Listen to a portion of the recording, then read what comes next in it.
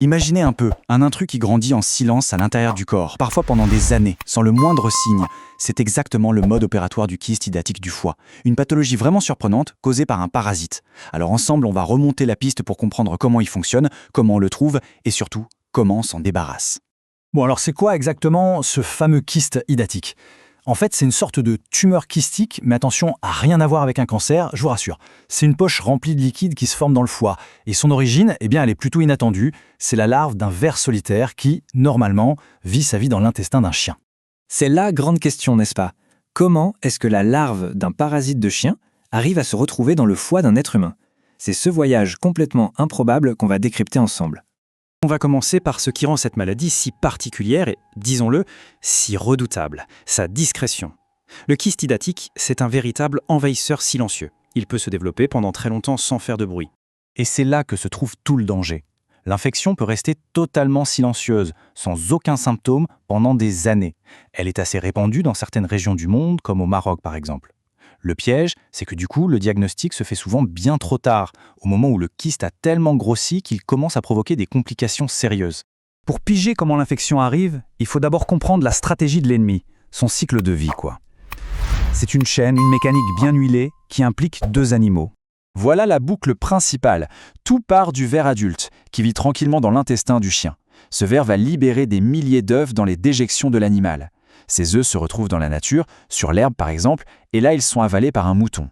À l'intérieur du mouton, l'œuf est clos et la larve va former un kyste dans ses organes. Et comment la boucle se referme? C'est simple, quand un chien mange les viscères de ce mouton infesté. Donc pour que ce soit bien clair, on a deux rôles clés dans cette histoire. Le chien, c'est ce qu'on appelle l'hôte définitif. Pourquoi? Parce qu'il héberge le ver adulte, celui qui se reproduit. Le mouton, lui, c'est l'hôte intermédiaire. Il permet juste à la larve de se développer. Les deux sont absolument indispensables pour que le parasite puisse survivre. Et l'être humain dans tout ça? Eh bien, c'est là que les choses se corsent.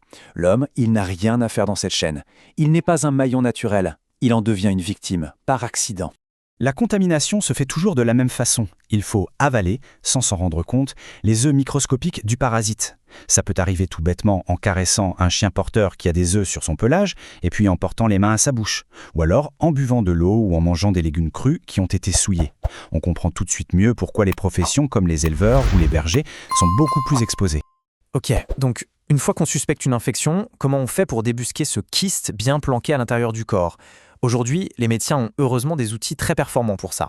Fait intéressant, le parasite a ses petites préférences. Dans près de 75% des cas, donc 3 fois sur 4, il va s'installer dans le lobe droit du foie. C'est la partie la plus grosse et la mieux irriguée. C'est une info super précieuse pour guider les médecins. L'examen de base, le plus simple, le plus rapide et le plus efficace pour voir le kyste, c'est l'échographie. Elle permet non seulement de dire oui, il y a bien un kyste, mais aussi de connaître sa taille, son emplacement exact et même son stade d'évolution.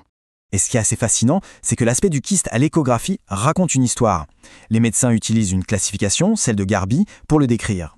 Un type 1, par exemple, c'est un jeune kyste, une simple poche de liquide. Un type 3, ça ressemble à un nid d'abeille parce qu'il contient plein de vésicules filles, des sortes de mini-kystes. Et un type 5, c'est un vieux kyste, tout calcifié, ce qui veut souvent dire que le parasite est mort. Une fois que le diagnostic est posé, il faut passer à l'action. Et heureusement, face à cet intrus, il existe un véritable arsenal de traitements. La première option, c'est le traitement médicamenteux. On utilise une molécule qui s'appelle l'albendazole qui va attaquer directement le parasite. C'est un traitement assez long qui se prend par cure sur plusieurs mois avec une surveillance médicale, mais il peut être très efficace, surtout sur les kystes encore jeunes. Deuxième option, une technique moins invasive qu'on appelle PIR. L'acronyme veut tout dire. Ponction, aspiration, injection et réaspiration. En gros, le médecin va piquer le kyste à travers la peau avec une aiguille, aspirer le liquide, injecter un produit pour tuer le parasite et enfin aspirer à nouveau le tout, propre et net. Et enfin, pour les cas les plus compliqués, il reste la chirurgie. C'est une opération vraiment délicate et très contrôlée. L'étape numéro 1 est absolument capitale. Il faut protéger toute la zone pour éviter que le contenu du kyste, qui est plein de parasites, ne se répande partout. Une fois que tout est sécurisé, le chirurgien peut vider le kyste, enlever la membrane du parasite et s'occuper de la cavité qui reste dans le foie. Traiter, c'est bien. Mais la vraie victoire, ce serait d'éviter l'infection dès le départ. Et pour ça, la seule solution, c'est de briser la chaîne de transmission du parasite. La prévention ou la prophylaxie, elle repose sur plusieurs actions simultanées. D'abord, il faut éduquer les gens. Ensuite, il faut un contrôle hyper strict dans les abattoirs pour être sûr que les organes infestés des moutons sont bien détruits et ne finiront jamais dans la gamelle d'un chien. Et enfin, il faut agir sur les chiens eux-mêmes, traiter régulièrement les chiens domestiques et gérer les populations de chiens errants. Cette phrase, elle résume tout.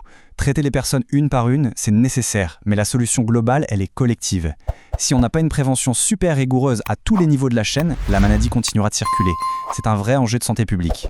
Et on termine sur une note d'espoir, parce que la recherche avance. La grande question, c'est est-ce qu'on pourrait un jour imaginer un vaccin pour les animaux intermédiaires, comme les moutons? Ça permettrait de bloquer le cycle du parasite à la source. Une avancée pareille, ce serait plus qu'un nouveau traitement, ça pourrait signer la fin de cette maladie.